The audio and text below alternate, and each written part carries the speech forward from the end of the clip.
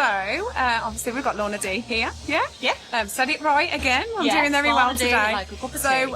obviously you've got an amazing voice. It actually changed the weather today, which is even like more amazing that you are able to do that. Like, how do you do that? I mean, I wish I could say I'd planned for it, but I think you can never predict the weather, can No, you? And it's but just unfortunate that it has rained. But, you know, everyone's stuck around and it's been such a great day. It has. Yeah, it's been amazing. I feel So we very want to lucky. get to know a little bit more about you. Yeah. So give us a little bit of a background about your music, where you're at the moment, or where it all started. So maybe let's go for the start. Like, when did you first get into music?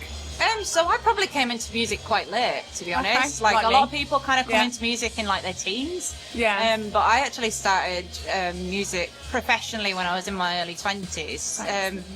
And I think it's probably allowed me to have quite a clear direction on the sort of music that I want to do, rather than be influenced by other people. I know my own voice, I know my own sound, and I think that's probably been quite fortunate. That being said, I do sometimes feel like I'm playing catch up with other people that are like the same age as me but have been doing it for longer, which is it's quite strange. But yeah, I've always loved music. It's always been the thing that, like, for me, it doesn't feel like a job. No, It feels like really authentic. I'm so passionate about it.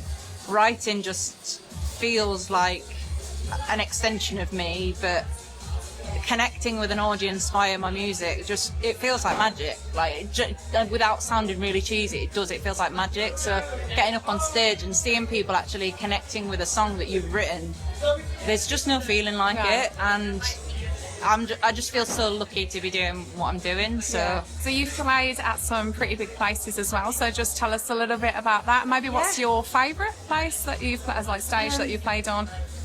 You know what? There's lots of places, and I do really love the kind of grassroots venues. Yeah. You know, I've played at the Jam House, which is it's a great stage, and it's always such a great crowd. Obviously, Ben's run the longest open mic kind of session. 20 years yeah, now. for 20 years. Yeah. Amazing, and you know, the caliber of artists that are on are always so high. I'm always shocked when I'm on the bill and I'm like, me with these people? What? Are you sure, Ben? Yeah. But it's I've met some really genuine people through music, and I feel like I've met kind of kindred spirits along the way where we're a weird little bunch. Yeah, we're all different in our own little way. We're a aren't we? weird little bunch, but we've all got this one thing in common, and it's music. And I think I love the grassroots venues, just to get back to your question, because I do go off on a tangent. That's fine. But I think playing the O2 in London was just next scene. level. So- It just took me to a level that I'd never thought I'd get to in terms of my music. You know, I supported Paloma Faith. So do you think that's your top, or are you striving for more? my aim is to make a really sustainable living out of my music. I don't really care for fame. Yeah.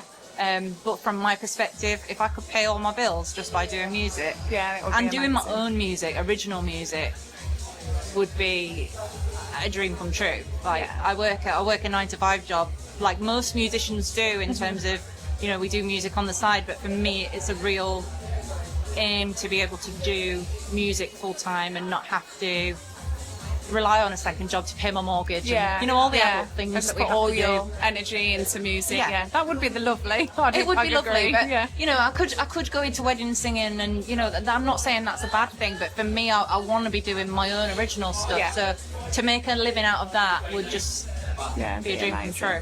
So one last question for you. So if you're in the shower in the morning, what is your go-to song? You know what? For me, it depends on how I'm feeling. Yeah. Like, on any given day, I am a fan of all music. I love soul music because that's the kind of genre that I'm in.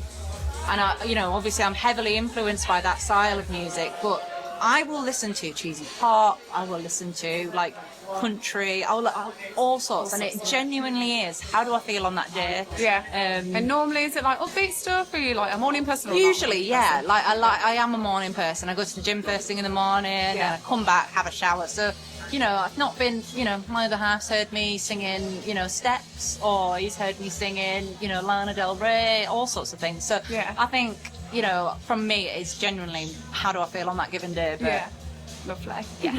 I just had to ask. So it's been lovely speaking to you. I hope thank you to for having see me. you obviously in the future.